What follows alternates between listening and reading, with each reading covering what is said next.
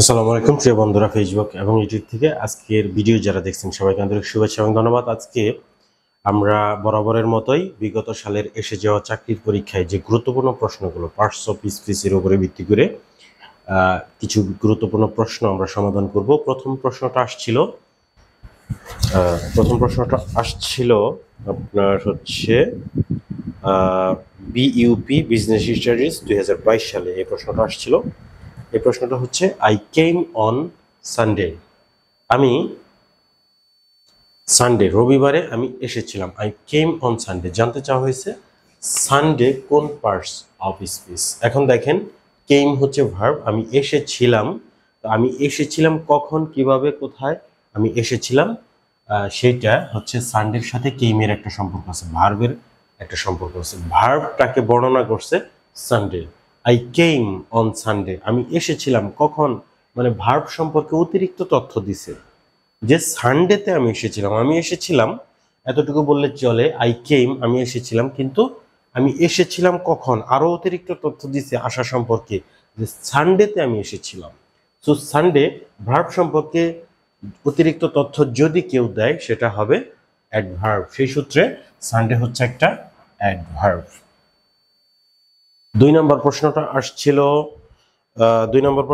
জনস্বাস্থ্য প্রকৌশল অধিদপ্তর প্রশিক্ষণ কর্মকর্তা 2022 সালে। 2 নম্বর প্রশ্নটা আসছিল the running of police at a running thief is futile. এখন এখানে জানতে চাওয়া হয়েছে রানিং কোন পার্টস অফ স্পিচ। দেখেন আমি আগেও বলছি আপনাদের যে কোনো ওয়ার্ডের সামনে যদি দেয়া থাকে সুপারলেটিভ ডিগ্রি বাদ দিয়া, সুপারলেটিভ ডিগ্রির ক্ষেত্রে দেয়ার পরে অ্যাডজেক্টিভ বসে, তাছাড়া অন্য সকল ক্ষেত্রে যখনই দেয়া দেখবেন দেয়ার পরে যদি যে ওয়ার্ডটা থাকবে সেটা অবশ্যই নাউন হবে। সেই সূত্রে রানিং হচ্ছে আমাদের এখানে noun, correct answer noun.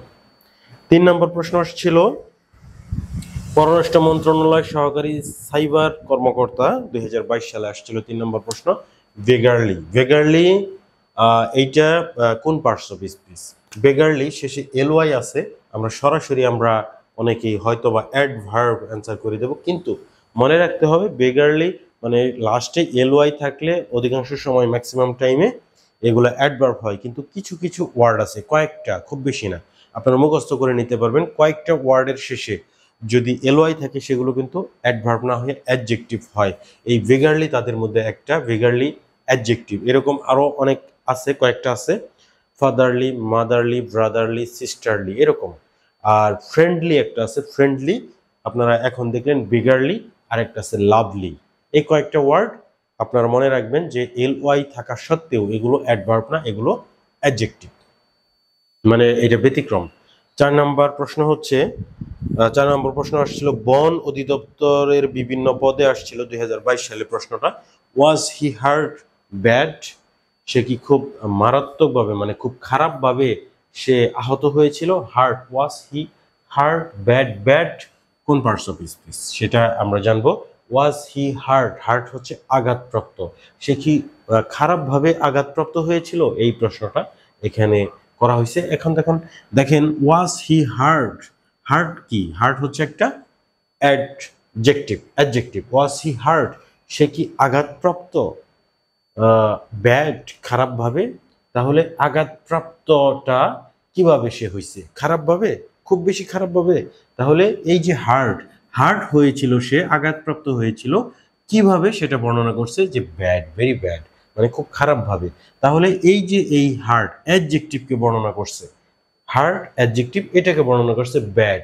So এটা হবে অবশ্যই অ্যাডভার্ব, কারণ হচ্ছে নাউন প্রনাউন বাদে অন্য সবাইকে যদি মডিফাই করে যে ওয়ার্ড, সেগুলা কিন্তু সবসময় অ্যাডভার্ব হয়, আমরা জানি। আর এটা তো নাউন প্রনাউন না, অ্যাডজেক্টিভকে মডিফাই করছে। 5 নম্বর প্রশ্ন হচ্ছে, প্রশ্নটা আসছিল